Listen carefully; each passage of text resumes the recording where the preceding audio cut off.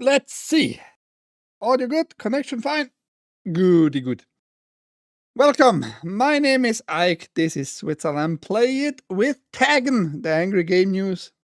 It's 10 a.m. and every day 10 a.m. Eastern here on this channel, Switzerland.playit. We talk about video game news, hardware, and such stuff. Also movies, sometimes. More rarely shows. Actually, more shows lately. Yeah, but I try to focus on video game news because we have not a lot of video game news around at this time of the day. So I thought would have been a nice slot, but who knows. Ahoy, everyone! Ahoy, Big Zat there.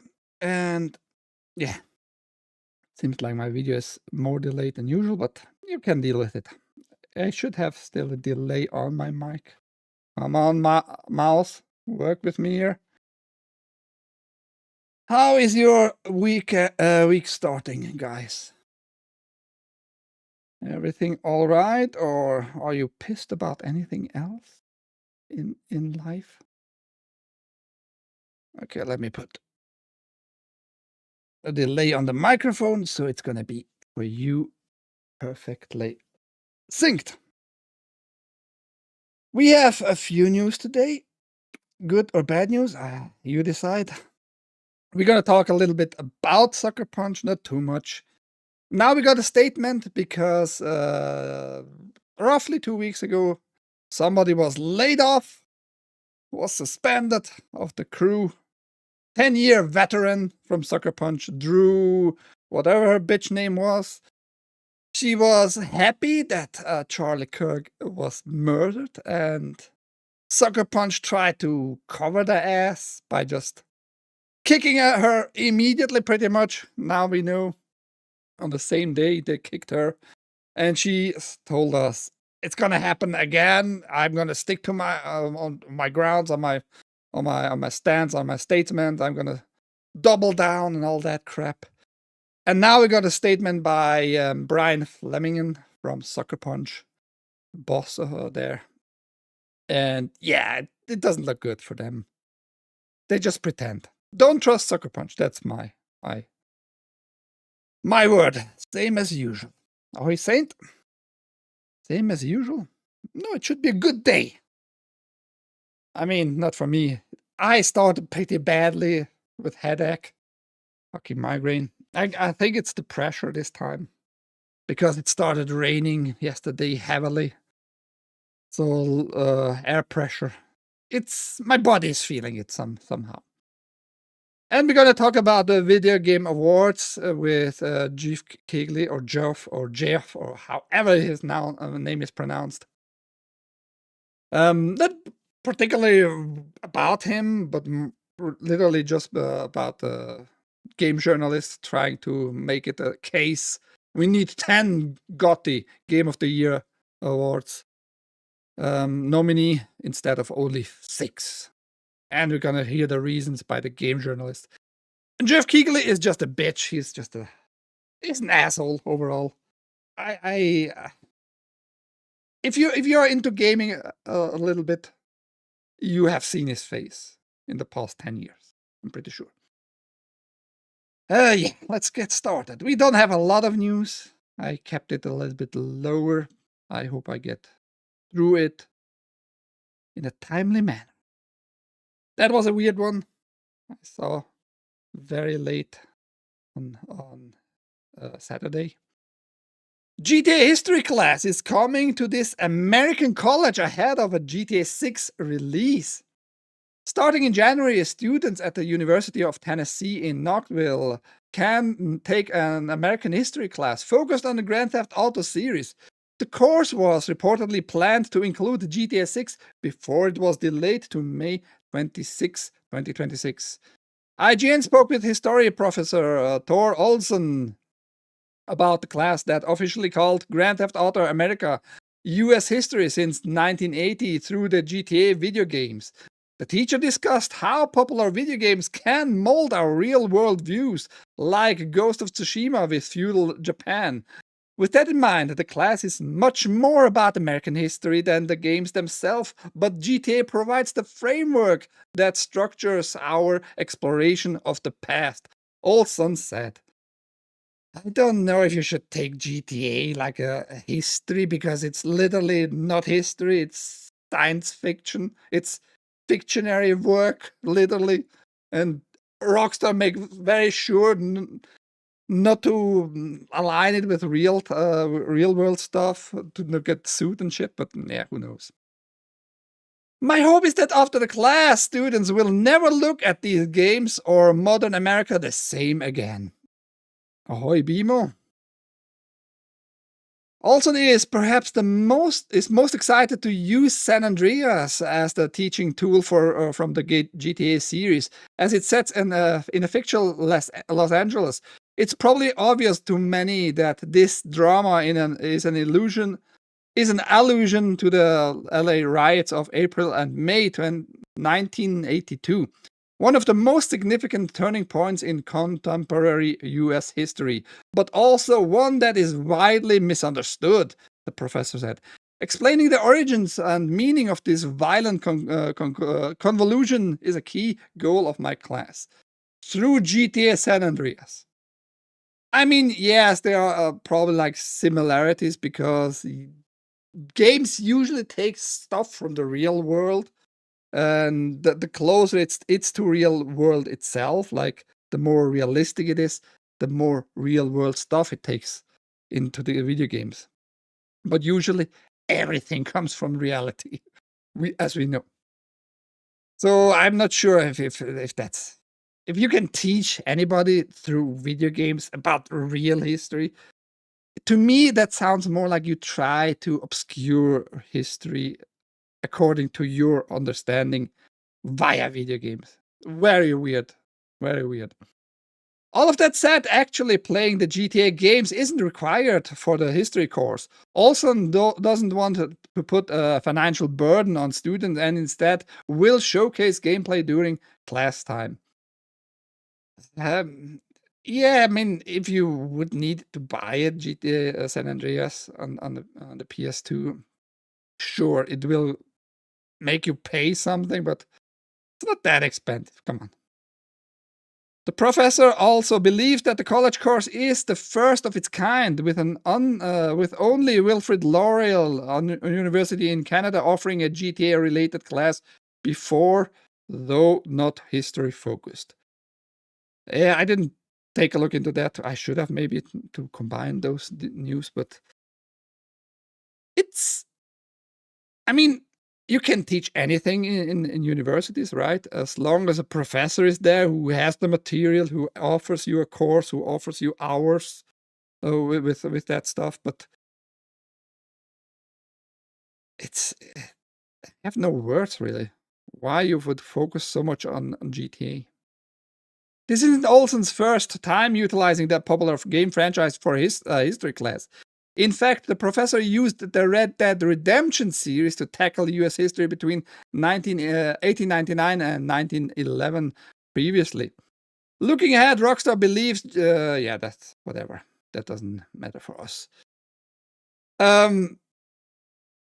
He seems to me, he is a big Rockstar fanboy and uses those games.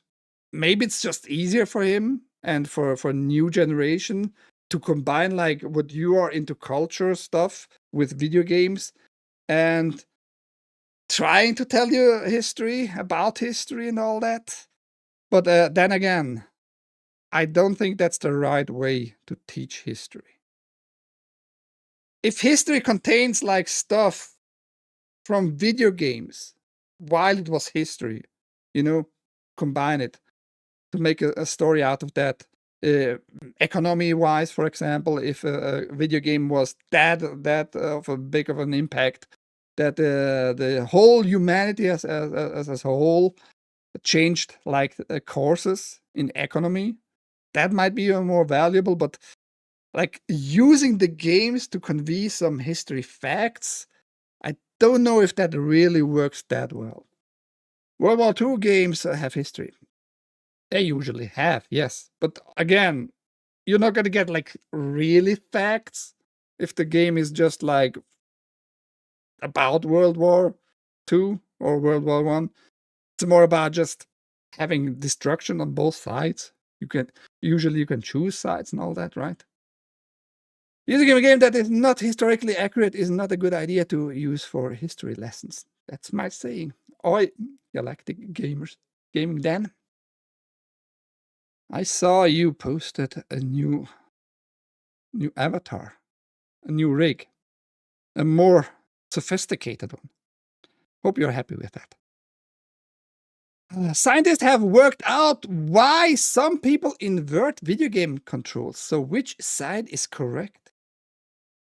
I just found that article interesting because I always hate inverted stuff.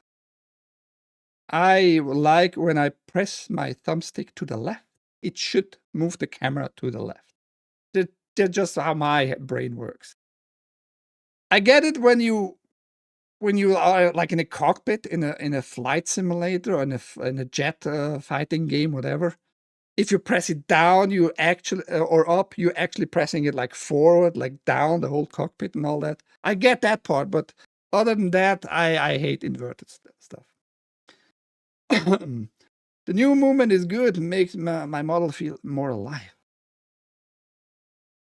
When you push the right controller stick forwards, do you expect the game camera to move up or down? Whether players use normal or inverted, in quotation marks, camera controls has long been a point of debate.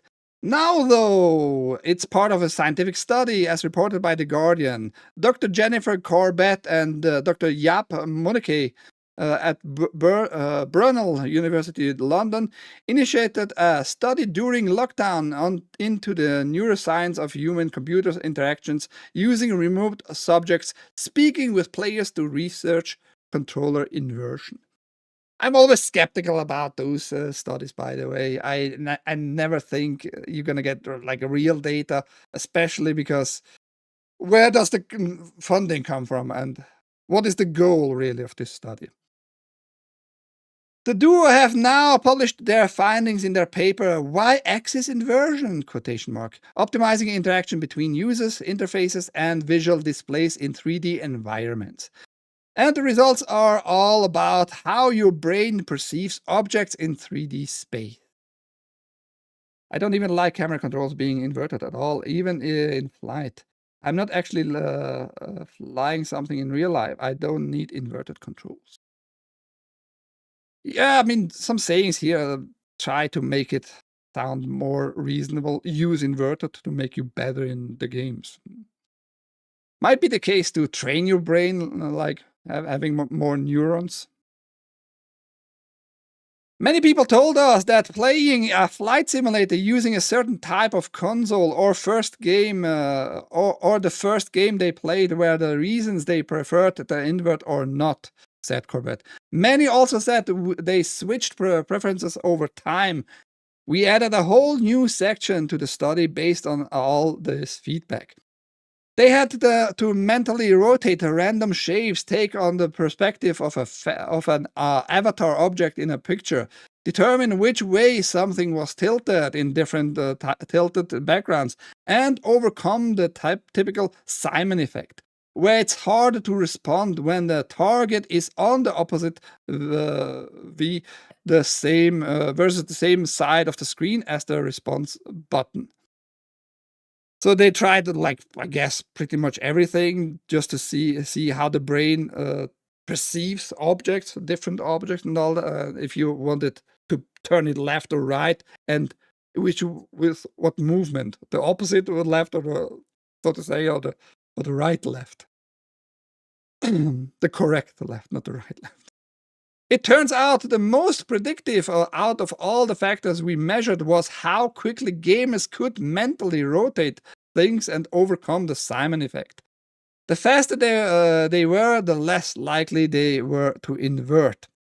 The most surprising findings for gamers who don't invert is that they might perform better if they practice it with an inverted control scheme.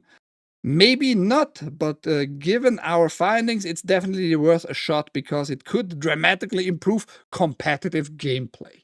So if you want to be a real pro gamer, you should play all the time inverted to make your brain smart, react better in all situations. Might be something to it. I kind of doubt it. I think it's literally just preferences, how you like stuff to move on the screen. Because probably you're not gonna generate make new neurons in your brain when you play your games inverted all the time, like the opposite of what you prefer. I invert my control set. That's Big Z. I'm just not a fan of it. I can play, but I'm just not a fan of it. I really don't like it. That's all. Great for competitive players, not so great for people that don't care for it. I knew a guy who did that dislike. Lol. What?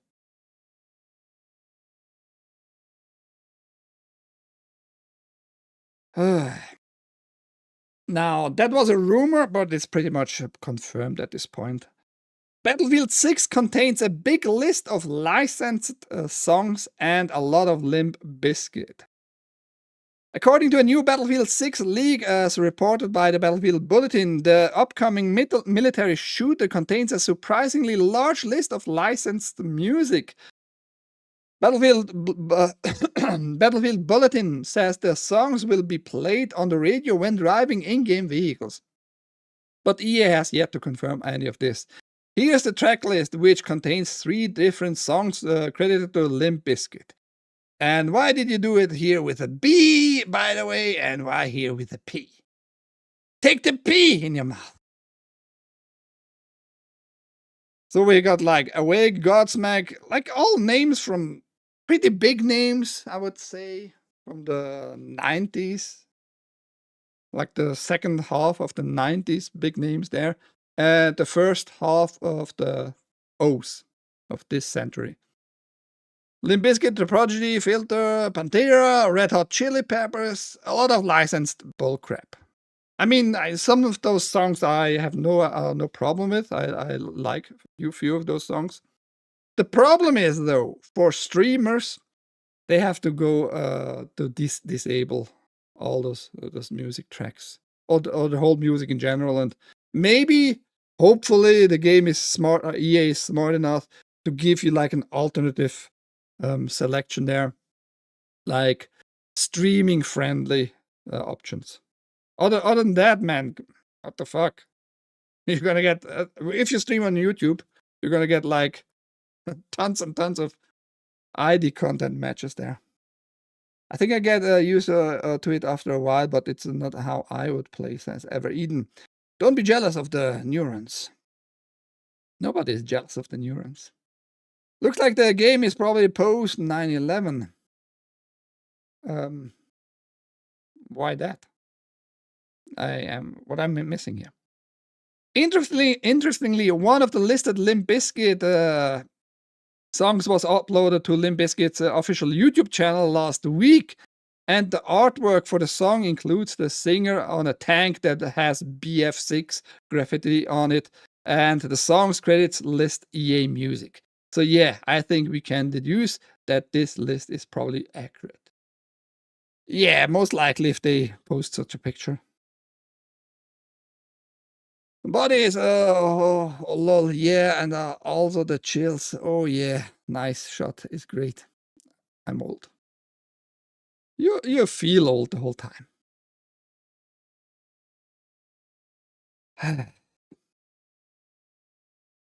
Fans won't be bummed. Paul Walter Hauser joins Sony's entirely original Resident Evil movie reboot.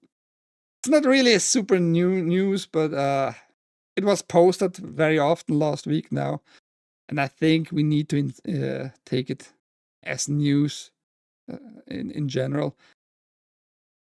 I kind of hate this dude. I kind of dislike this dude. I don't think he's funny. I don't think he has charisma in any of his appearance.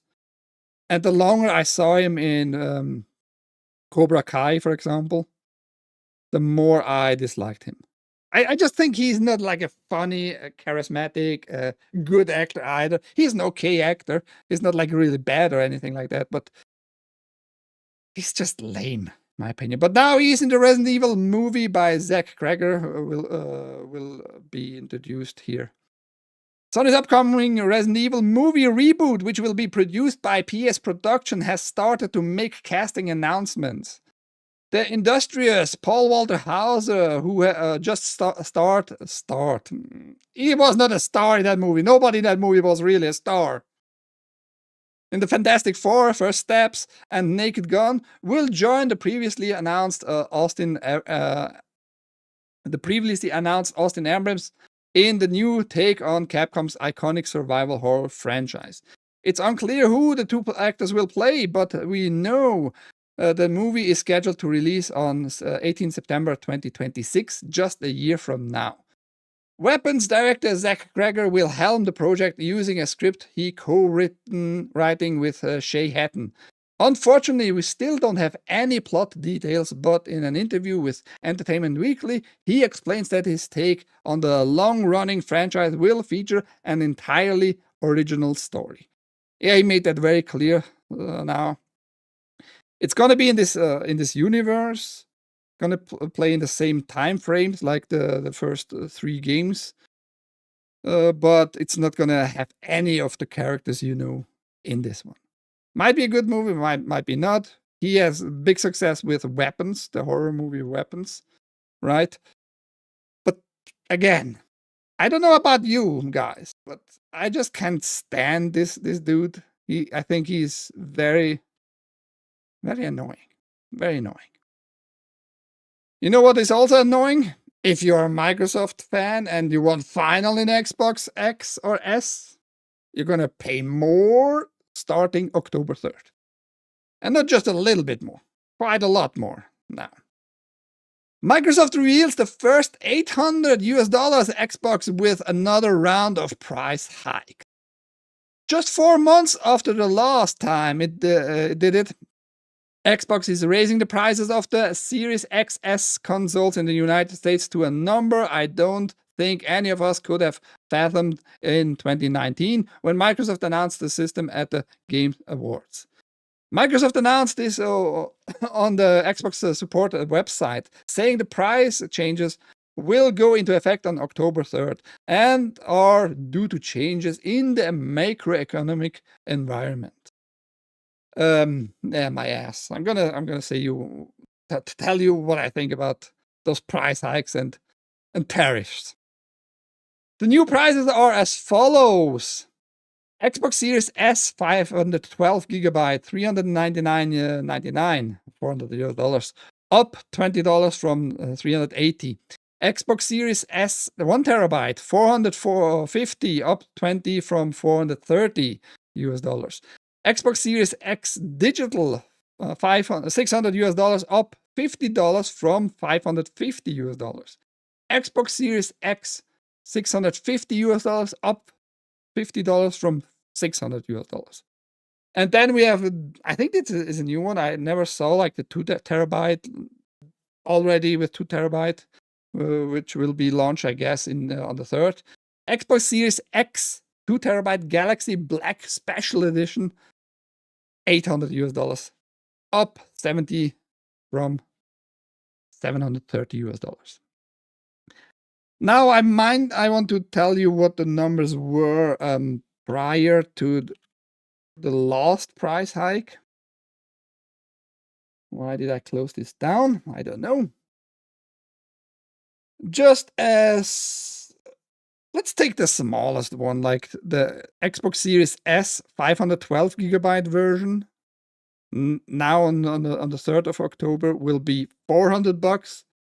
The original price in what was 2020-ish, early 2020-ish, was $300. $300. 500, 300. 500, 300. So that's pretty brutal price hikes here. Having $200 more to pay, it's pretty insane. It's pretty insane overall. We probably interfere. We can probably interfere that the macroeconomic environment Microsoft gestures at it related to the Trump administration tariffs that are affecting a lot of video game companies, not just Xbox. PlayStation 5 also saw a similar price increase just last month. That said, Xbox raising the price of the Xbox Series XS not once but twice in just 1 year is absolutely bonkers. Remember when consoles used to get cheaper as the generation went on? I remember, yes. Usually by now 5 years into the console's lifetime, it would have probably seen at least one price drop. Now games are becoming more expensive and more unaffordable for a lot of people. We live in a backwards times. If you were planning on getting an Xbox Series X or S, you've got a couple of weeks left before the price change takes effect. Though I'd also understand if this made you not want to buy one at all. I was not even interested back when it was like affordable in some sense, like with $300 for the smallest version. Paying 400 400. Oh, did I say $200 more? That's still a lot of money. Now, the tariffs have an impact. Absolutely can agree on that. The problem is with this, just the tariffs are the reason for it. It's stupid. It's not the only thing that drives prices up or down in some cases. Although I don't remember what was it. Because Trump did some deals with some nations too. No, it's the value of your dollar too. It's the value of your dollar too. Since 2019, since the scamdemic, after the scamdemic, it was very obvious that the dollar, not only the dollar, but the dollar lost a lot of value. It's like a double punch there for us customers and consumers. Go just check your groceries prices in the US. It's pretty insane. It has become pretty insane what meat costs, what dairy stuff costs and all that. The prices have increased overall. And not all of that stuff is imported and comes from a different nation. Many of the foods are from the US, and you see it in the price there. That means the dollar is just less valuable. And yeah, I mean, it has an impact when Trump puts on the CARES Act like 3 trillion more debt into the economy, just prints money there. Biden did in this other term, then after Trump, another at least 2 trillion debt on top of that, you know. And we are all never going to be able to pay our debts nationwide. By the way, that's by design. It's not made to pay off. And yes, the dollar lost like double the value since before the scamdemic. That's just facts. Because the price hikes you would have like feathered and like uplifted by just making the consoles cheaper overall over those 5 years now almost, right? The price drops, tariffs being on the same price again. But the combination of the tariffs and the value of the US dollars, that makes that stuff go up in prices like an insane amount. I'm not gonna pay $800 for a console, for an Xbox. For this price, you can get like a okay-ish PC in general. An okay PC overall. Pre-built or make it yourself. You can make something. If you want like the same specs, you can get better stuff, by the way. And you can use the Xbox app, and all the games pretty much will come out on the Xbox app for your PC too, and you're gonna be the same happy. It's just insane. I'm good with my Switch one. Prices have gotten better, but still lame. Morning all, says Haste. Ahoy, Haste. The PC isn't the same experience. In what sense, though? It's gonna be literally the same. It's gonna be literally the same. I don't see a difference at this point when Microsoft is making the app running on all devices that have enough performance. So if you have a GPU with better performance than an Xbox, you can build a small PC and just plug it on your TV in your living room. Push button go. What do you mean push button go? And speaking of prices though, let's take this one first. Lenovo has cancelled some pre-orders of its 1100 Legion Go 2, saying it's substantially exceeded expectations. $1,100 for a handheld. Previous price reports, rumors were way lower. Now we got confirmation. That's the smaller, the less performant version, by the way. The Lenovo Legion Go Generation 2 will be released next month and boasts an 8.8-inch OLED screen, a 144Hz refresh rate, removable controllers, and a similar AMD Ryzen processor to the ROG Xbox Ellie and Xbox Ellie X. A little bit better. Like performance-wise, it's actually better than the Ellie. It will cost $1,100 for the base model and all the way up to $1,480 for the model with the most powerful processor, 32 GB of RAM and 2 TB of storage. That is fucking insane. Who is ordering that stuff, man, for those prices? I don't know. Gotta run, boys. Okay, big Z, bye. Have a good one. Almost $1,500. And those prices are without the tax sales. I mean, it's an online shop. I don't know how exactly that will work with Lenovo.com with their shop online. If they can get around the sales taxes and all that. We are working diligently with our teams worldwide to fill these orders as quickly as possible. We truly appreciate the overwhelming support of Legion fans and ask for your patience while we work to get the Legion Go Gen 2 into your waiting hands. If I would be rich, I would not wait. I would order a second one just to be sure.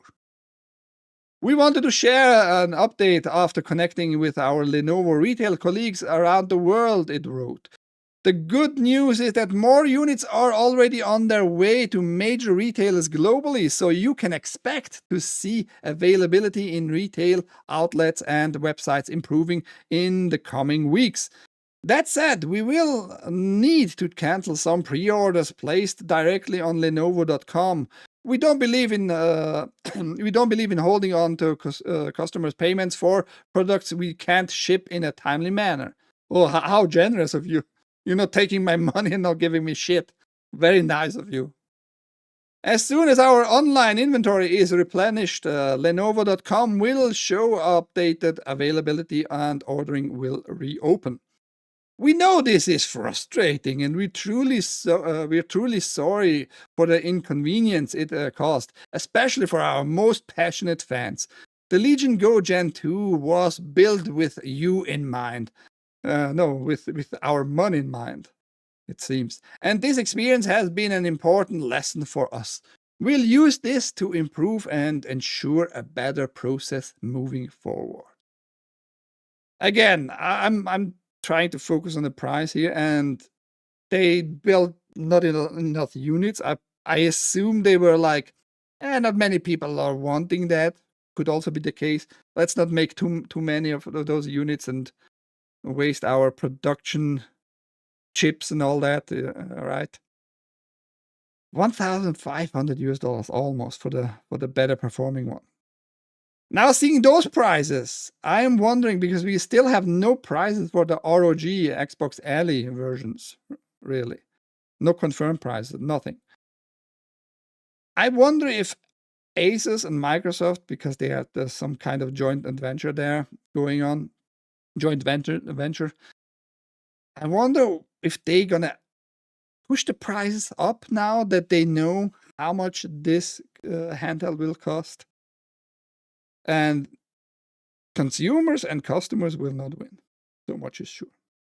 Why are you so blurry today? Rumble sucks. Nothing wrong here on my end. You have maybe bad connection. I don't know. Cheddar Steve in the chat.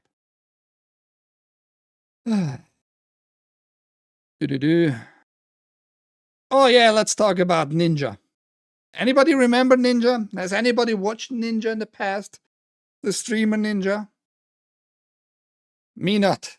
But he was made even more famous when he changed, like from Twitch, when he moved from Twitch to this upcoming amazing new streaming platform called Mixer by Microsoft. Yeah, Mixer is not a thing anymore, so don't worry. The last couple of years have been rough, Ninja says. Trolls mock his viewer numbers every day. Oh no, they are mocking his viewer numbers. Not even himself, but his viewer numbers, according to this article. Do numbers have feelings now? What the fuck is wrong with those people? Tyler Ninja Blevins has opened up the state of his streaming career, including now the internet and trolls make sure to point out his decline in live stream viewers every day. The content creator spoke about the ups and downs of his time online during an interview with the BBC. I bet he has an interview with BBC. Fucking faggot. I mean, he looks like a faggot, and he has always blue hair and that shit. Fuck off. What's wrong with you? He's dabbled in other popularity multiplayer titles like Call of Duty and Marvel Rivals, but is undeniably best known for his relationship with Epic Games' Battle Royale hit Fortnite. Ninja's time with the building-centered shooter saw him become the first Twitch streamer to reach 10 million followers. I mean, that's a number for sure, but also because you got a lot of help by Twitch, bitch. And he even appeared in a game as a skin for fans to pick up and wear during matches. Oh wow, he got his own skin. I didn't know about that. Good for him. Did he got any money from that deal? Although he once held the title of the biggest streamer on Twitch, Ninja has spent recent years struggling to reach the same heights he did in the late 2010s. Moments like his famous stream with Drake still remain as gargantuan career highlights, but the last few years have been relatively quiet. I mean, Drake is also gay as fuck. I can't stand Drake either, so perfect match there. Yeah, they will increase the price. No, Ninja Chucks Wang, he probably did it and still does it. I think I'm the only streamer on the planet who was pulling 100,000 viewers per stream constantly, Ninja said. But now I think I get like 7,000 or 8,000 combined from my Twitch and YouTube, if there isn't a big update on Fortnite or Marvel Rivals. Look, you had your time. I guess you made millions and millions of dollars. I hope you bought a little bit of land, you fool. I hope you bought a big house. I hope you paid it off right away.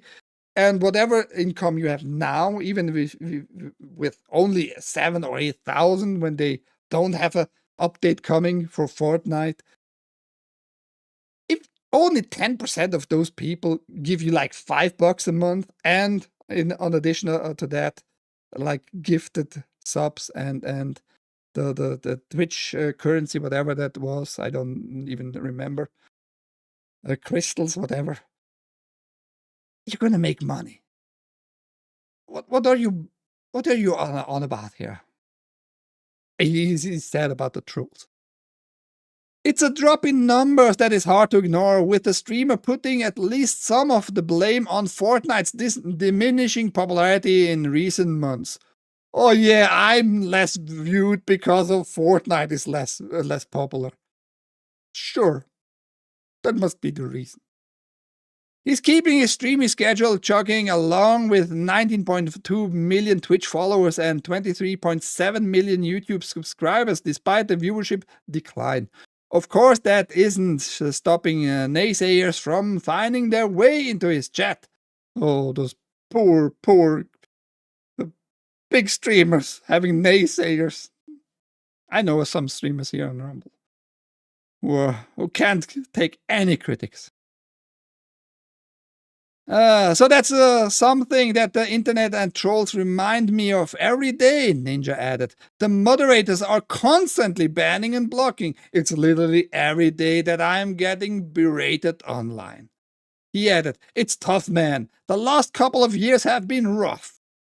Ninja saw tremendous growth on Twitch before making a brief switch to Microsoft's now defunct livestream platform Mixer in 2019.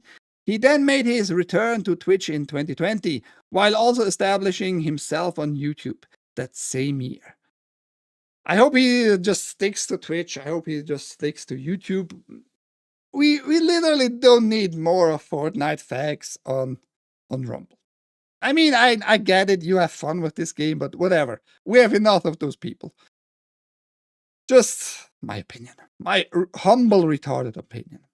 Ninja has taken breaks from streaming in the past, and although it seems retirement is on his mind, it doesn't sound like the kind of path even his biggest haters should expect him to take anytime soon.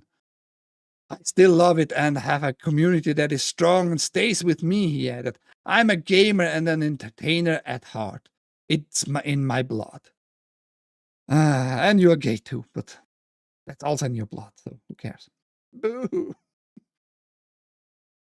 It's just weird to me that why they interviewed him after all those years, and he had some contacts probably to the BBC. Talk to them like prior. Can we do something? I want to get into some headlines with an interview. I might get into headlines. I'm gonna get some views from this, more followers from this. I guess he had some connections still and used them now that he saw his decline coming. But again, if you have still like 7,000, 8,000 viewers, that's enough viewers, man. How much more you need? What is your real goal? What is your real goal here? Ninja shared his thoughts on the ups and downs of his streaming career while prepping to launch a 24-hour charity event that kicked off earlier today, September 19th. The Gaming for Cause livestream will see the streamer raising awareness about skin cancer following his own melanoma diagnosis in March 2024. Oh yeah, it was for a good cause. He couldn't just give money, without any name drops, just anonymously to make it a good cause work. He couldn't do that. He needed to do the stream. Me and my wife were going to give to this cause no matter what, because it's going to be important to us for the rest of our lives. But it's not just about us giving our money, it's the awareness aspect too, he added. Yeah, I didn't check like the numbers and what did it make in money, and if it did any awareness, put any awareness into people's mind for skin cancer. I don't think many people really care these days after all those charity streams we got the last 15 years for all kinds of causes. I think that doesn't work that well as it once did. The Game for Cause, the livestream, is currently available to watch on both Twitch and YouTube and has reached $170,190 of its $250,000 donation goal as of the time of this piece's publication. For more on Ninja, you can see blah blah blah. I mean, you could have linked it and somehow show it how the number is now, But yes, I mean, in the end, if it's really for that cause, kudos to him. If it's not for only himself, but the fact that he pointed out that this whole decline of his stream career, which is in the middle of it, and haters, tells me it's more a little bit more about you than for this cause. Otherwise, you would have like pointed it out over and over again. We want to make this charity event as big as possible, and don't talk about me myself. So yeah, I think not very honest. Not very honest. Let's speak about other dishonest stuff, in my opinion, at least about Konami. But first, Konami tells us, what should we remake next? Or asks us. Konami wants our thoughts on what Metal Gear game should get the remake treatment next. Konami wants your opinion on which Metal Gear game you think should get the remake treatment next. In a new survey entitled Metal Gear Production Hotline at TGS 2025 post-viewing survey, the publisher asked a number of questions about how it communicates with fans, but most interestingly, it also polls players for information about which Metal Gear titles they like to see remade. And here's the list in the questions. We have Metal Gear 2, Solid Snake, which were both released on MSX, the system, and MSX, and I think later on the regular PCs. Metal Gear Solid 2, 4, Peace Walker, which is, I absolutely hate this piece of crap. Metal Gear Solid 5, Ground Zeroes, and Metal Gear Solid 5, The Phantom Pain. Why is this included in general? This is literally just a glorified demo, paid glorified demo, by the way. I think it was like $20 when they put that out on Steam, for at least before they released Phantom Pain, just to show what the engine can do, what the game will look like, the Phantom Pain overall, and what tools you're gonna use. It had maybe, I don't know, 5 hour-ish of gameplay in total, so not very long. With the cutscenes, maybe like 8. I don't remember exactly, but it was a glorified demo. So why would you make a remake demo? Just weird. And yes, that was the survey. You can go into the link. The link is in the description, video description, as usual. The articles are all there for you if you want to participate in this. I don't know which I want to see, really. Metal Gear Solid, it aged kind of still well for a PlayStation game, you know? I don't know if we need a real remake. But yeah, maybe you should start from 1, 2, and then go the numbers up. See how it works. But yes, Konami is for me, like, price-wise, pretty dead, because I already told everybody this game, Metal Gear Solid 3 Delta, a Snake Eater, will cost me in Switzerland over Steam for, I don't know what reasons are there, by the way. Still haven't figured out. $110 roughly. So they add up 10 units upon the US price, and Swiss francs is more valuable right now, like 20% more. So makes this game for me like $110, which is insane. And the new upcoming game by Konami is going to be Silent Hill F, which will cost me also $100. They did the same again. $70 on Steam. It will cost for US players $70. For me, it's going to be 80 Swiss francs converted. It's $100. It's just bananas. And I think it's something to do with Konami themselves. Why would Steam by themselves just increase the prices that high? I don't know, but I'm just being fucked here. So I'm not gonna buy any new games by Konami for the time being. That ain't cheap. That's fucking expensive, BMO. Okay, let's get to this one first before we move on with other big news. Sucker Punch studio head comments on firing dev who joked about Charlie Kirk's death. For the last week, a war has been waging in the YouTube comments of each new Ghost of Yotei trailer as the PlayStation 5 exclusive nears its release date earlier next month. That's because a developer at Sucker Punch Productions joked about the assassination of Charlie Kirk on social media.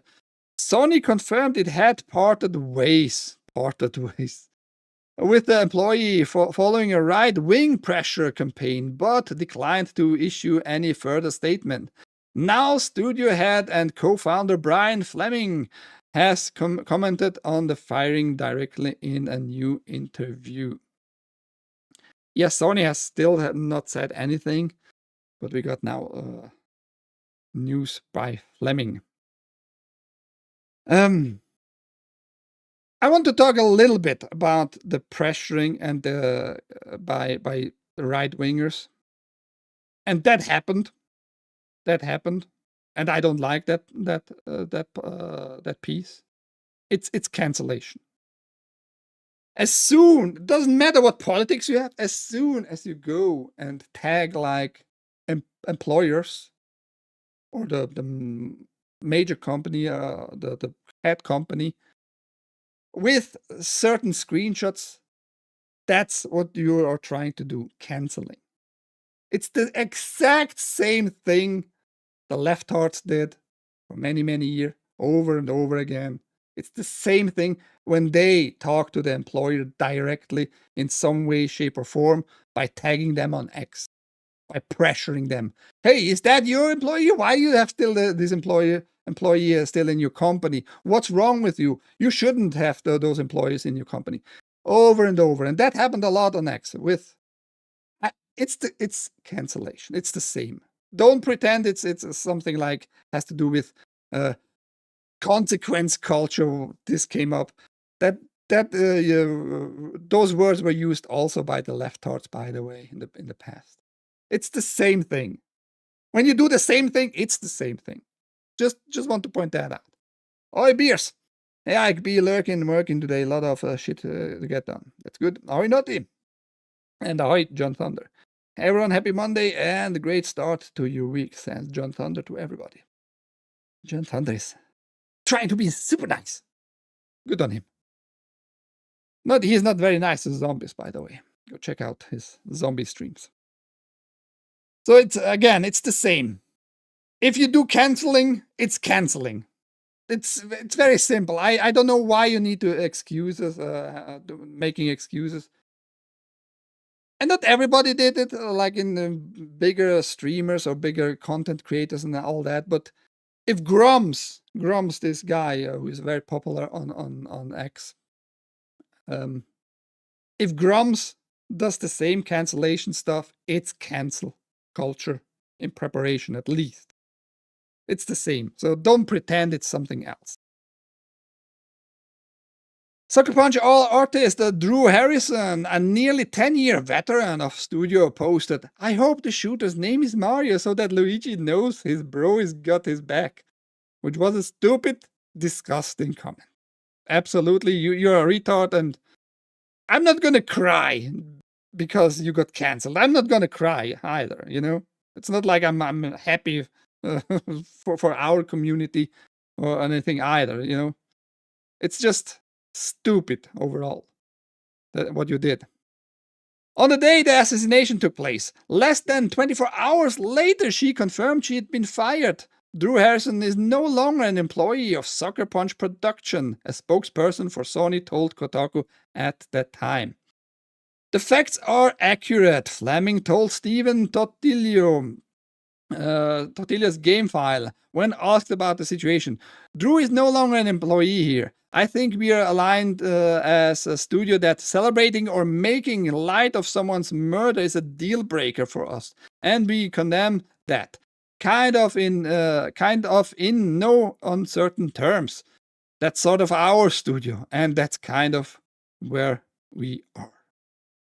And that's the point, though, that I think he is full of shit. I'm going to repeat it over and over because certain stuff are just worth repeating. His studio, his whole studio, took Erika Ishii in very early on in this project. They knew who she was. They knew in the sense who she was because she told the world over and over she is gender fluid. So that was only the tip of the iceberg. Drew Harrison was just another piece in this whole leftard, retarded, absolutely craziness going on. The studio is probably filled with those disgusting people.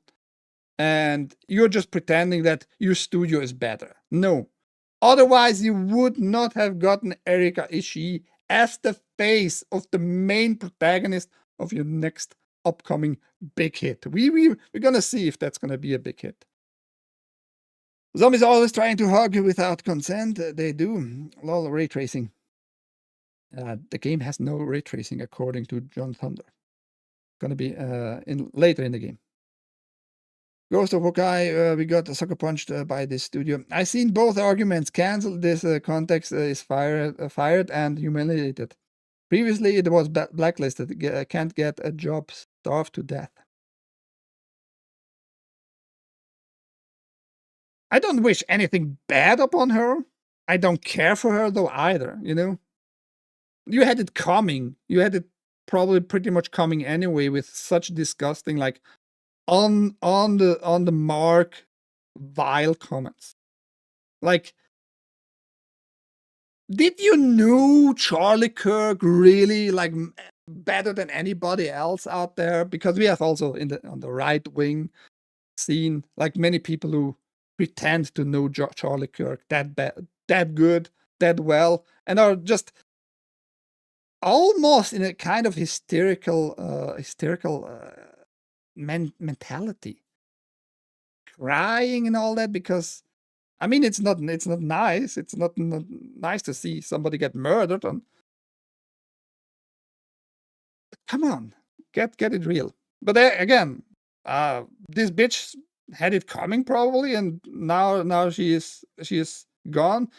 But it's more disgusting even that Brian Fleming tries to pretend that his studio is now kind of clean in the sense of that's not Sucker Punch. That's not our studio.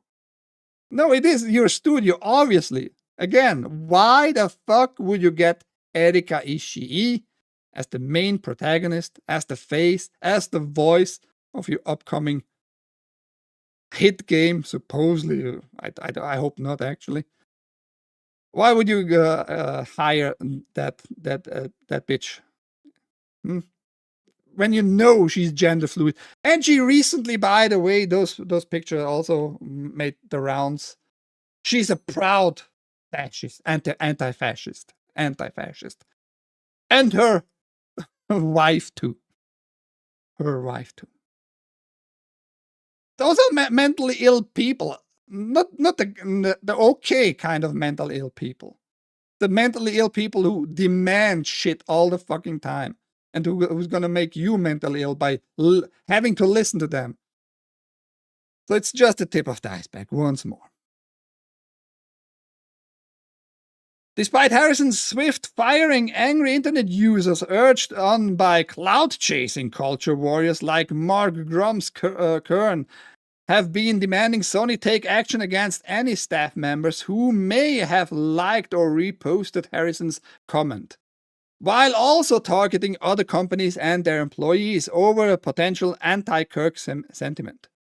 And that's like the cancel culture here. Like, even if people just like a certain comment, no matter how disgusting it might be, it just goes into cancel culture, what you are demanding here.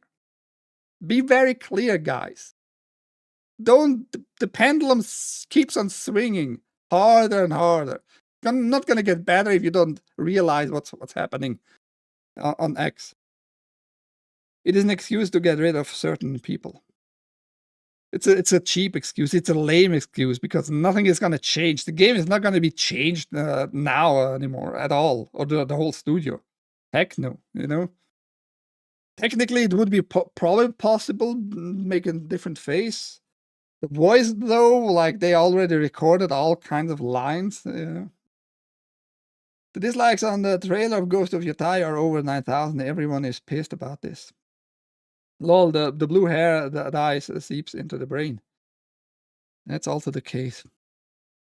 And it's probably not good dye. What is the blue, the cancerous blue dye you have in the US? Probably got some cancer cells in the brain. That included Bethesda, which was accused of mocking the right-wing podcast supporters when it posted a clip from Indiana Jones and the great circle of the famous Nazi puncher saying to a kitten, "You don't care much about this fascist, do you?" It was later deleted. But it was not related, by the way, according to Microsoft and Bethesda. It was not related to what happened with Charlie Kirk. Then many people asked, why did you delete it then if it was not related at all? You could have just pointed out and just stick with it and you posted it. And why you posted it at the moment, just a little bit weird, huh? I think you're full of bullshit. Microsoft gaming employees were also targeted, including by Elon Musk. We are aware of the views expressed by a small subset of our employees regarding recent events.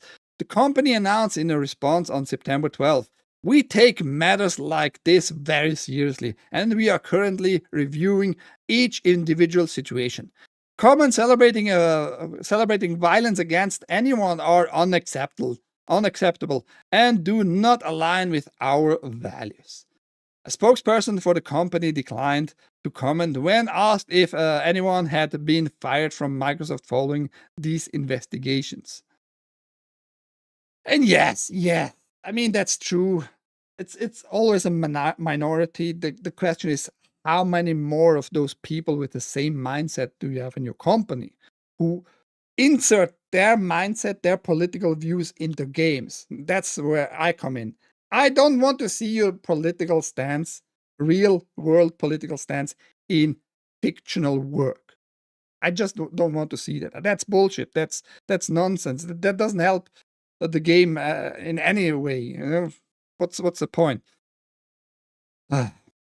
Sucker Punch is amazing. That's what she said. Yeah. Sucker Punch is an amazing and one of the last few bright shining lights in the game industry, Harrison posted this week. I still support them and I cannot condone any animosity directed at them. It's truly all the best people. At least she didn't go like after the company, after a boss or whatever, which is weird, right? That tells me she has still good connections. Otherwise, you would keep your mouth shut probably if you don't care for the company anymore because they just kicked your ass out the door. Or you have like great communication with them still, and somehow they will bring you back in. Because she was like a lead artist there. She was a lead artist. She has probably still some contract works to do in some way, shape, or form without getting paid, maybe. But still, 10 years lead artist there. She has probably somehow still a foot there, especially after. I'm pretty sure everybody should know now, at least, how this company is actually filled with those minds. My blue waffle leftist, but my blue Smurfs. Smurfs? No. That's why they buy all the blueberries. Can't find them at the market. Oh, we have still blueberries. In Switzerland, at least. Alright, you're cool. That's why all the games are so good. They are keeping away from politics. I mean, look. If you want to plant like philosophy into your game, questions like important questions about life, about humanity and all that, and you take like bits and pieces of history into your game, that's nothing wrong with that.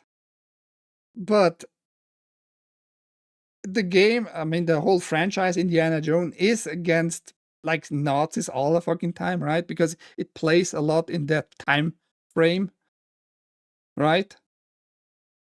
So you can't avoid, because that's a crucial part of our history, sure.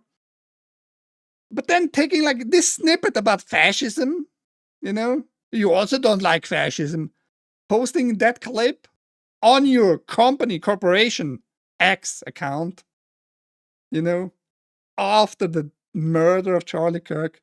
It's telling. It's just telling. You have to be very fucking stupid and blind to not understand what's happening there. And then they delete it just to confirm that, yeah, somebody was very stupid. And I'm not going to say I'm never going to buy Bethesda games ever again. I'm not going to say I'm never going to buy Sucker Punch games ever again. But the chances that I buy them are very low now, for sure. You have to do a lot of good to redeem your reputation. I will have all the blueberries, please. I am blueberry enjoyer. In your mouth. Joe Cool, in your mouth. All old games had it, just not forceful and retarded. Yes, exactly.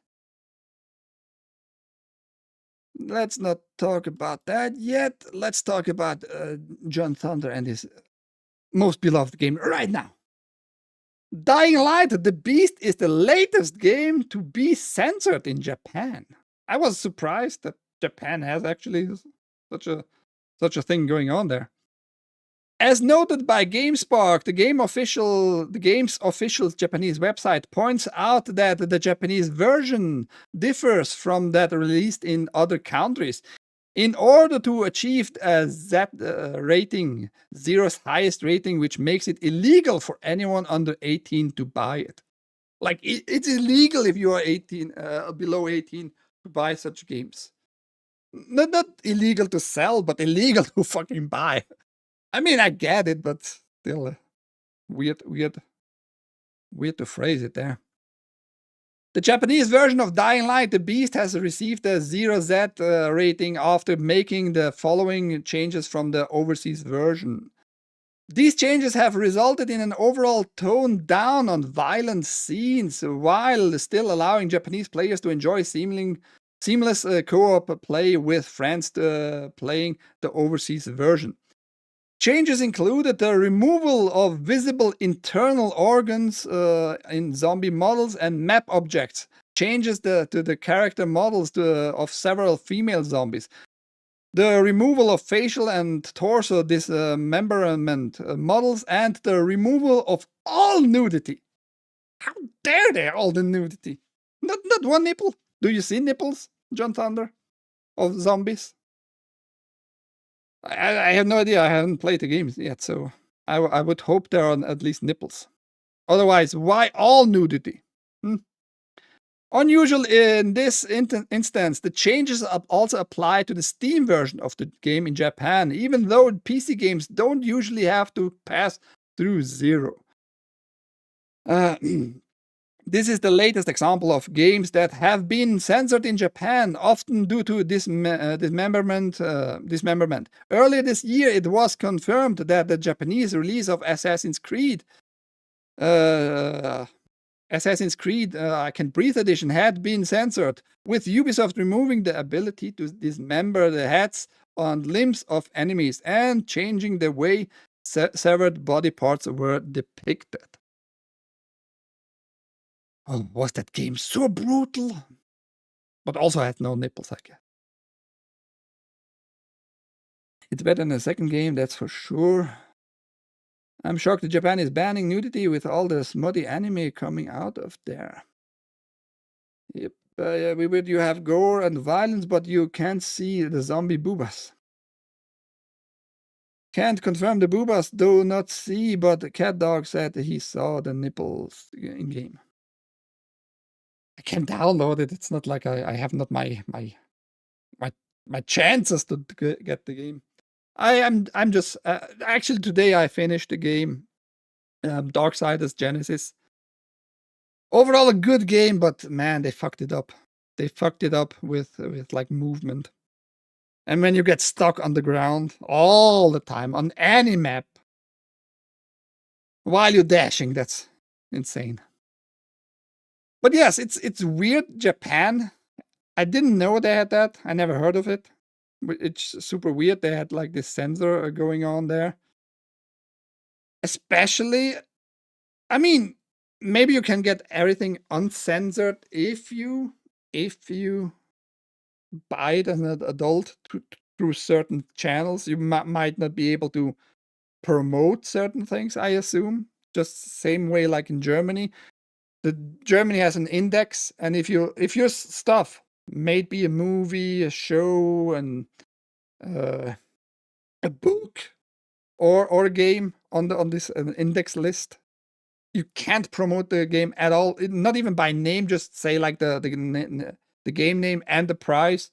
You have to change it somehow so people still will know what it is. But yeah, it's just weird that Japan has that same. But also Japan, especially in porn, I mean, you kind of see everything happening in porn there too, but pixelated.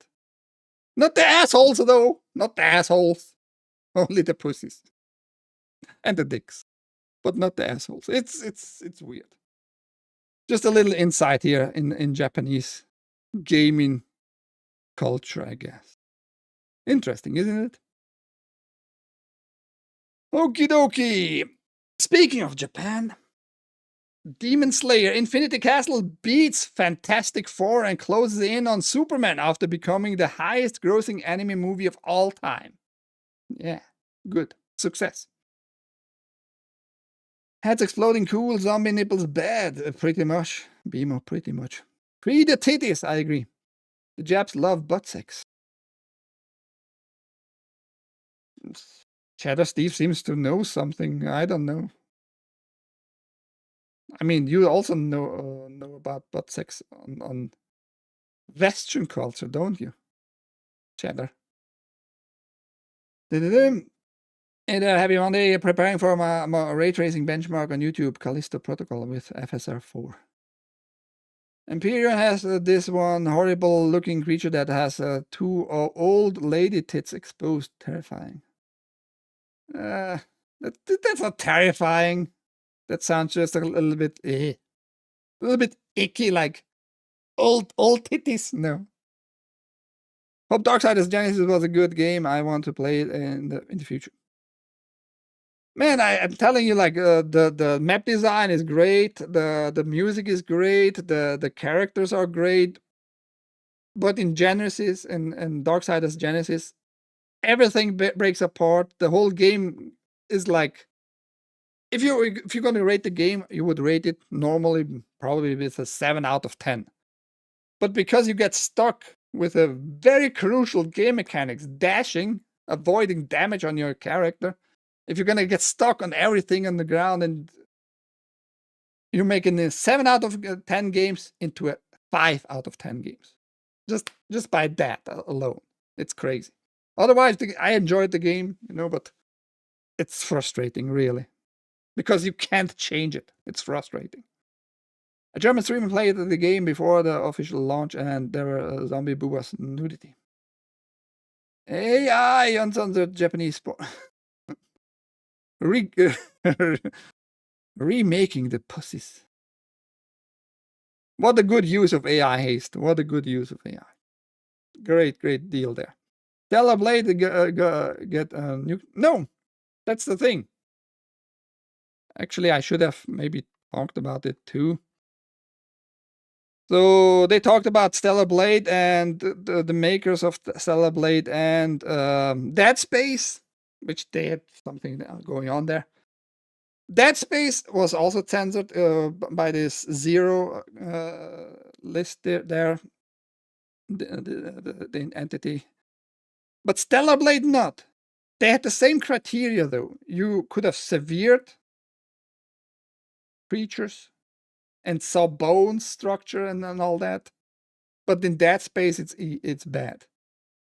I never played like Stellar Blade. Are you gonna severe heads and limbs from humans, or I'm just a little bit confused. But yeah, that was also a talking point.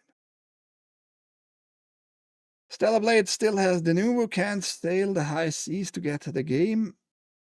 I don't remember if I saw it still. PlayStation version doesn't have the Nuvo. The next benchmark test will be butt sex tracing. What? I'm not sure what that means. Beam. Played only the Stellar Blade demo. Not humans in Stellar Blade, blobs and noobs streamed it, and mostly it was monsters. That might be the reason, because in that space, albeit it's like monsters, but it's still like the human, just deformed humans, right? It's still humans in that sense. So that might be the reason why it was drawn the line there. Demon Slayer Infinity Castle is now officially the highest grossing anime movie of all time, and is closing in on some iconic names as 2025's paradigm shift and at the box office continues. As per the Hollywood Reporter, Demon Slayer Infinity Castle has raked in $555 million, eclipsed the previous record held by its predecessor, Demon Slayer Mugen Train, which garnered a respectable $500 million in 2020. Which is still more because inflation, we talked about inflation and we're going to keep talking about inflation. In those 5 years, because of the scamdemic, because of the devaluing of the US dollars, it's actually insane. It's twice the amount of value we just lost there. Meaning inflation calculated, cleaned, you're gonna still have some way to go. But I guess you're gonna be surpassing that too. With that figure bolstered by its staggered release this past weekend in the territories across Europe, such as France and Germany, Infinity Castle has now overtaken Fantastic Four First Steps and its $520 million gross, effectively ensuring Marvel won't have a single movie in the box office top 10 in a calendar year for the first time since 2011. Oh, I'm really sad about Marvel not being in the top 10. And by the way, those again are just like absolute numbers, meaning it doesn't calculate you here in this article how much did the production cost, how much was the marketing, how much did you got back from the box office. Because the box offices, believe it or not, they are not working for free. They want also their share. Did you know that? Crazy, huh?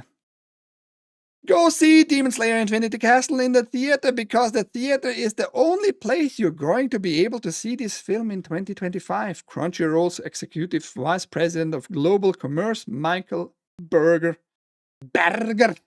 German name, very German name, told Popverse. And that's gonna stay true even to Japan. Like even in Japan, you're gonna not have the movie, the anime, in any streaming capacity for this whole year.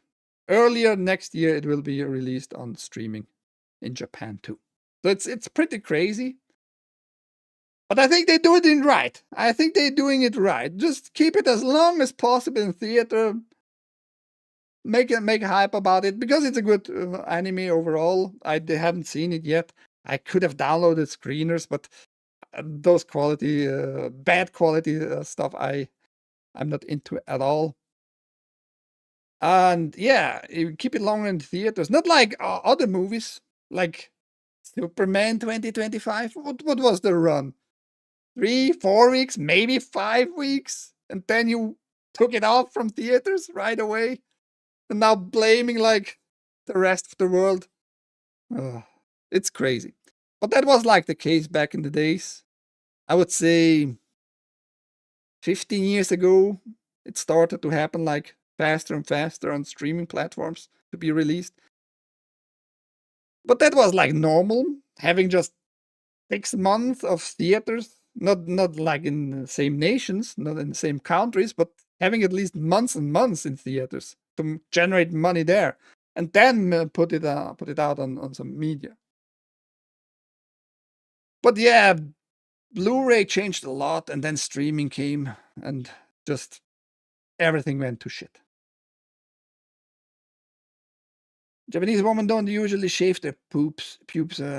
Talking about Japanese women, Silent Hill F is going to launch in a few days. I just told that, John, and I said I'm not gonna pay $100 for that game. Fuck Konami and fuck Steam.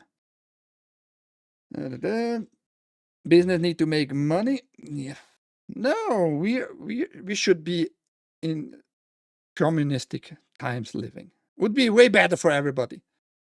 Just force people to produce good anime and everybody can watch it for free. And they have to go watch it. They have to go fill the theater. Otherwise, you're going to be in the gulag. And the gulag will show you some screenings. Costs overall have went down pretty well over the past few months. About what exactly? Not for Marvel. Marvel is still just pumping money in their slop. Silent Hill F reminds me of the Parasite anime. I actually downloaded that anime 2 months ago. I still need to watch it. People unfold into monsters. Yeah, I've seen clips. Some weird monsters for sure. Okay, let's talk about Ollie Welsh and his article here, why they should make 10 nominees for the Game Award. And his arguments are stupid. He's a moron. He probably puts his wiener into Jove, or however you want to pronounce his name, Keighley's mouth. Ollie Welsh. You know why I say that? He is at least an ally. He is at least an ally. He is at least an ally. Because he needed to tell everybody on this planet Earth, when you go to his profile, he's a he-him. Barely. Barely he is a he-him. Anyhow. In 2009, the Academy of Motion Picture Arts and Sciences announced that it would expand the Oscars category for Best Picture from 5 to 10 nominees. Most observers interpreted the move as an attempt to broaden the types of films nominated, and thus the appeal of the Oscars themselves. Yeah, just give you more shit in your face. That's gonna make it more appealing to you. Broaden the appeal, broad range there. There had been much discussion of the failure of the nominated Christopher Nolan's acclaimed Batman blockbuster The Dark Knight from the previous year, and whether the Oscars was risking cultural irrelevance by appearing to favor art house fare over popular cinema. Expanding the field to 10 films might save some embarrassment without requiring the Academy's voting body to change its taste wholesome. I heard rumors. I don't know how true that really is, and if that applies to Christopher Nolan's The Dark Knight. But Hollywood, especially the academies there, have like a list, literally a DEI list. How much brown people, how much Latino, how much trannies, how much gays production should have to be even nominated.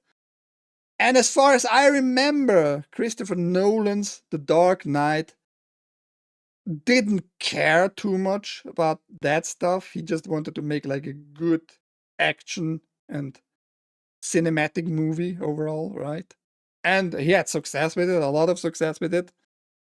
It was not really a super good Batman, by like the character Batman movie by itself, but overall it was high quality cinema, right? Not everybody agrees on that for sure, but it's still high quality cinema there. And he didn't care for like, was anybody really that gay and how many minutes on the screen of that gay character and all that shit, right? So that was the reason why he didn't got any nominees at all. And even if they should have nominated him and not given him an award, I don't think Christopher Nolan at this point even cares. He knows that he is capable of doing good movies. He knows already.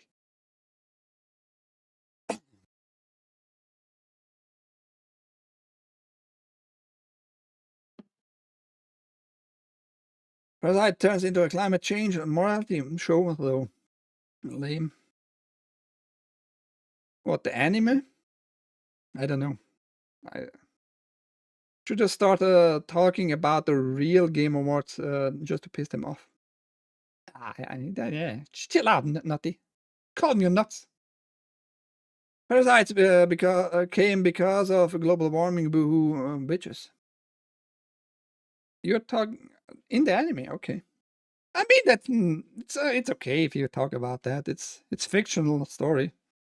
But if it doesn't give you like a message, like you need to change because otherwise you're gonna have parasites, blah blah blah in real life. Who cares? If they are ignored, they get super pissy in the Lollywood ecosystem. I totally forgot about that plot.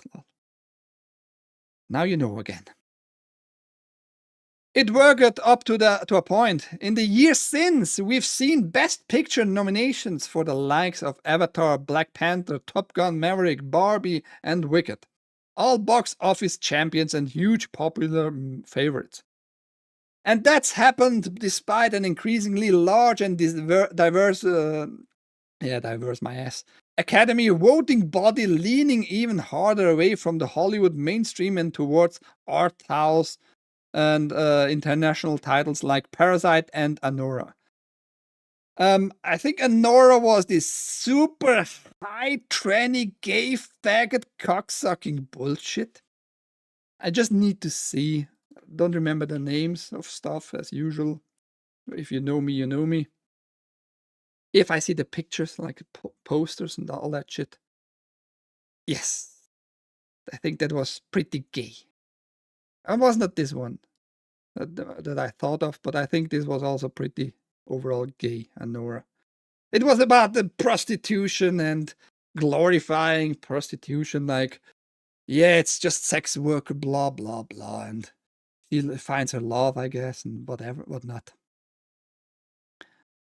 So it was not this super high tranny stuff. It was just mediocre gay shit. The thinking on Parasite, it's an okay movie. I saw it once, but it's not like, I don't know why it was praised so highly. It's just an interesting concept, like replacing a whole family in a building. Everybody pretends to be somebody else till the whole family got a new home.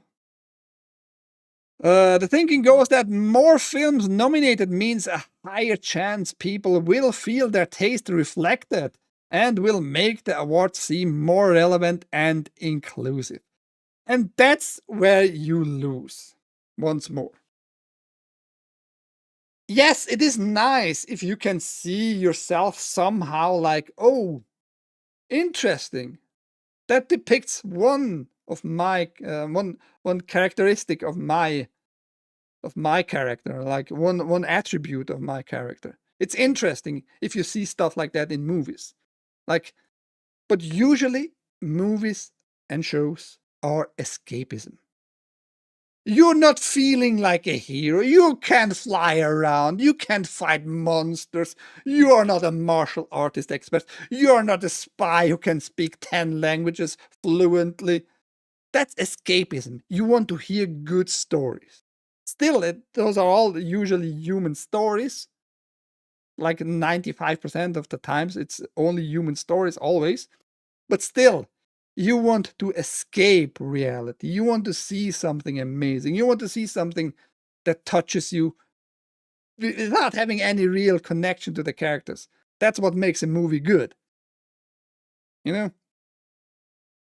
But that's where you lost it, I guess, the Academy Awards, where you try to include to be inclusive, like depicting every human being on the planet, not leaving anybody behind and shit like that. I think that's where you lost it. I don't need to be included in a movie. I really don't. I don't care for that. I want to see good movies, good stories, good dialogues, and all that. Stupid people are stupid. The ending is spoiler alert: climate change brought the parasites, the humans were destroyed, the world, and if we don't stop destroying the ecosystem, we'll all die of parasites. I'm okay with that. Parasite was overhyped. Yeah, in my opinion too. It was not a bad movie, but it was like a 6 out of 10. It was okay. You can enjoy it, let's put it this way. But I'm not gonna rewatch it anytime soon. Same thing as Death Note live action movie. I think I saw that. I'm not sure if I really saw it, but I probably like deleted it from my memory because of that joke. Touching me, touching you. I don't know that song. But you started singing, I guess. This raises a simple question for video gaming. Should the Game Awards do the same for Game of the Year? Absolutely not. Yeah, see, I don't see any points in that. Make other categories. How about that? Make other categories. Currently, 6 games are nominated for GOTY Game of the Year award. It uses to be 5 in common with most other categories, but an additional nominee was added in 2018. The simplest version of the argument for increasing this to 10 is that a lot of games come out every year. And limiting the award to 6 titles doesn't allow for a lot of representation. In a good year, there's a chance that a game that's widely perceived as worthy of a nomination won't get through. Yeah, maybe it was not that good. Maybe it was not that good. And again, you need to have representation. If your game is really good, it should be included in Game of the Year awards in this category. That should be your main criteria. The game should be amazing. No matter how much it costed, no matter who really played in it, no matter really like which studio made it and all that stuff, right? If the game is amazing, it should be included. And you make the list. You just go through your criteria: audio, sound, effects, gameplay, visuals, length, story, dialogue, all those attributes should be like in a list, and you're going to check mark and see, and with maybe have a bigger jury. I don't know how many the Game Awards have judges there. Maybe you have a few more judges to diversify in that sense, more judges have more eyes on more stuff probably. And yeah, that's it. That's how you do it, but not by just including more nominees in general, because obviously you're not going to give it to multiple anyway. So what's the point here? Representation, my ass. By the way, ahoy, Luigi. I didn't say ahoy to you. I saw you earlier. Sorry. It's go time. Willem Dafoe is a good actor. I really enjoyed the Death Note anime series. Very continuable. Movie totally destroys the feel of the anime. I mean, the movie was by Netflix, as far as I remember, and it wasn't in Japan. It wasn't played in Japan and all that. Weird. But I think they made another movie in Japan. But yeah, Death Note, the anime, top 5, in my opinion. One of the top 5 animes of all time. Very sad ending, though. Very sad. Justice will not serve rightfully. William Dafoe from Boondocks and a quote, it's go time. Never watched Boondocks. Never watched them.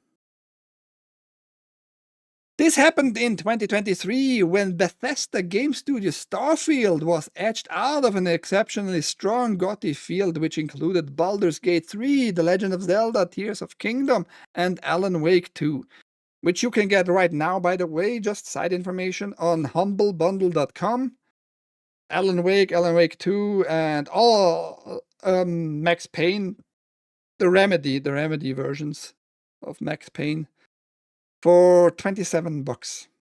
Good price. If you want it for Steam, very good price. Humble Bundle. Bethesda fans were quick to call for a 10-game limit then. 10-game limit then. Did I say minute or limit? I said minute, I think. Retarded. I'm retarded. You could make this case in any given year. This year, for example, there's every chance that Ghost of Yotei and Hades 2 might push. Say Death Stranding 2 out of the running, and an unthinkable outcome for an acclaimed game by the most famous working game designer. Calm your tits there, Ollie, you faggot. Calm your tits. And notable supporter of the Game Awards, Hideo Kojima. Most famous? Is it the most famous one? It depends on who you ask. And, okay, two things here. Starfield, fuck that shit. It got repetitive very quickly, kind of, and went nowhere. This game went just nowhere. They still try to make it stay afloat, giving you more content with DLC and all that, and it's gonna be probably released for Switch 2 next year, I think, something like that. Yeah, but it's a shit game overall. It's a shit game. It's not Game of the Year award worthy, really, and it was not either. That's what I meant. And Ghost of Yotei, I mean, gameplay-wise, it might be like nothing wrong with it. I'm still gonna stick to that.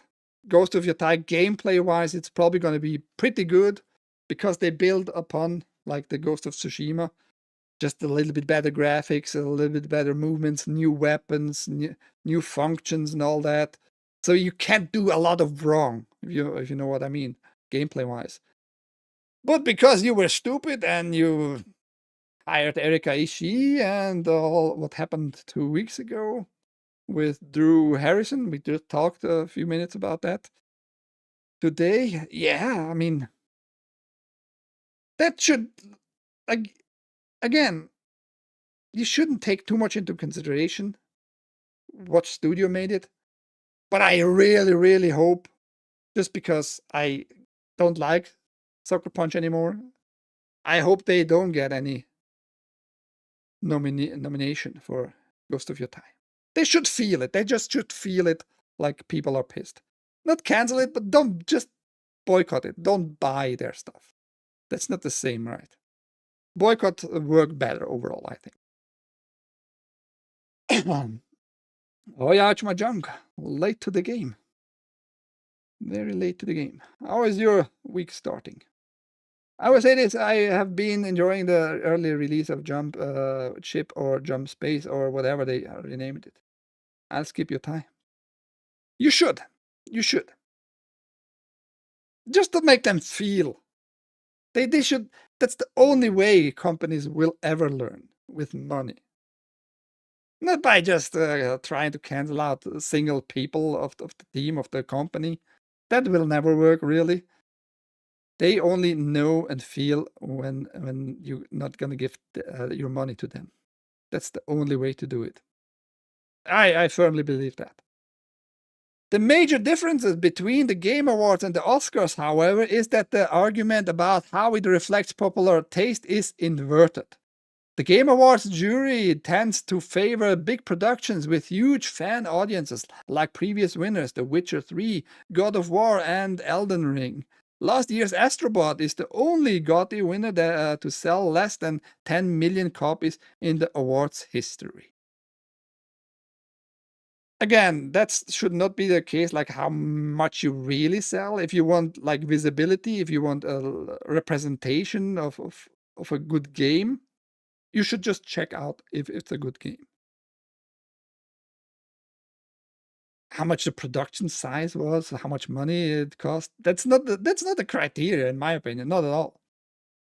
How much it sells, yes, that's like an indicator, and if people buy it, if people like it, right?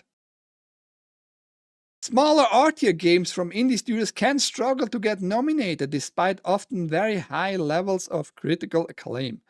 The Game Awards has never nominated more than one game in both its independent game and GOTY categories. Hollow Knight was nominated. Nor were Stardew Valley, Undertale, Firewatch, or Outer Wilds, to choose just some of the most glaring examples. Good examples overall. But maybe they don't need that award. Stardew Valley is selling still. It's making money. It didn't cost a lot to make. It's beloved. They're putting out updates all the time, fixing stuff. Don't know about Undertale, Firewatch, whatever that is, Outer Wilds. Seems also to be beloved by people, so maybe we don't need like this your stamp of Game of the Year award on a box. When I bought Half-Life back in the days, that's now 1999, I think I bought my version. It was the Game of the Year Awards edition, including Blue Shift and all that shit. I didn't care for the Game of the Year Awards by anybody. I just saw the game was good and I wanted it for that reason. I know. Some people might think, oh yeah, this game has the Game of the Year award, has gotten it. This not, must be better game. I get that point. But it's not always just this like subscribe and this in whatever you want to call it, the stamp of approval. 99 when I could not even grow a mustache. I could, but as a youngster, I didn't want that on my face. I mean, even now, I don't care for my mustache. It's just easier to let it grow and just trim it than to shave every day. So the argument for increasing the field of GOTY nominees to 10 isn't about reflecting a mass audience's taste back at them. That is already happening. Instead, it's about shining a light on smaller games that might have escaped the audience's attention but really deserve it, and on developers for whom it can make a massive difference. Yeah, I mean, Ollie wants to make here the case, though, only for representation, just because representation, right? It doesn't say if the game is like good or really good and beloved. It's just by getting already the audience's approval by itself. So what really is he saying here? I'm not entirely sure. I am not entirely sure. Unlike the choice faced by the Academy of Motion Picture and Arts and Sciences, it's not an extensional question for the Game Awards itself, which doesn't have to worry about its broader cultural relevance in this respect anyway. It's more an opportunity to burnish its artistic credibility and to share the love with a wider spectrum of game industry. I don't know. I don't know if that's really the case. Like if Jeff Keighley or Geoff Keighley or however you want to pronounce his name again, if his goal is to be honest with this award, I think he just wants to make money with like ads before the award, during the award, after the award. And if you want to hear about ads prices, you probably have to go to side scrollers, because Stuttering Craig, told us in the past that those award ads cost a lot of money. And the awards themselves are like boring overall, and not always the really good games get into the awards. Coming back, what you should do maybe, instead of just making more nominees, which only one can get it anyway, so what's the point there? How about you give maybe Game of the Year awards in different categories? You know, like Game of the Year for Jump and Run, Game of the Year for Adventure, stuff like that. How about you diversify it this way to make it more, give it other games more chances for your stamp of approval being the best game out there? I mean, they have probably, of course, like Jump and Run, best Jump and Run, but Game of the Year award for Jump and Run, like very specific ones, maybe that might be a better way to do it. Put it that way, it's hard to see why the event's owner and the MC Geoff Keighley and the Game Awards board wouldn't want to do it, apart from the concern that it might devalue nominations. That's gonna happen. If you nominate like all games, nothing is valuable really anymore either. But it's also true that only they know which games are currently ending up in those 7 to 10 slots, and what an expanded category would really look like. If it wasn't substantially more diverse, or if it let too many mediocre games through. And there's where every chance either or both could be true. Then what would be both embarrassing and harmful to the awards? To the voting jury. Oh, yeah, it would be harmful to the jury. Do I care about the fucking jury? I hope they are just decent people who can, like, judge upon like the game and not upon their DEI mentality. And to gaming as a whole. We'll never know, so for now, we'll just have to trust their judgment. Again, I myself don't care really a lot about those awards, but Ollie Welsh seems to think otherwise. Now go in the video description to the link here, the realgameawards.com, which is going to happen next year for 2025 in February. Side Scroller is going to hosting it, and they have a venue in Texas, but I think it's already sold out. So there we go. Give more eyes to this one, and they are going to be a little bit more harsh, a little bit more, maybe honest. I'm not sure, I can't say, but Geoff Keighley already has enough money. Let's say that. We talked a lot. I talked a lot. The chat was also talking to me. I enjoyed that. Giving me parasite information, for example, at the end. Had to go physio. His junk. Ouch, my junk had to go to the physio because of his junk. I just can assume. Maybe his name will change in the future. Maybe. Or my junk. 99 and mustache. Ubisoft with quadruple AAA games in is hilarious.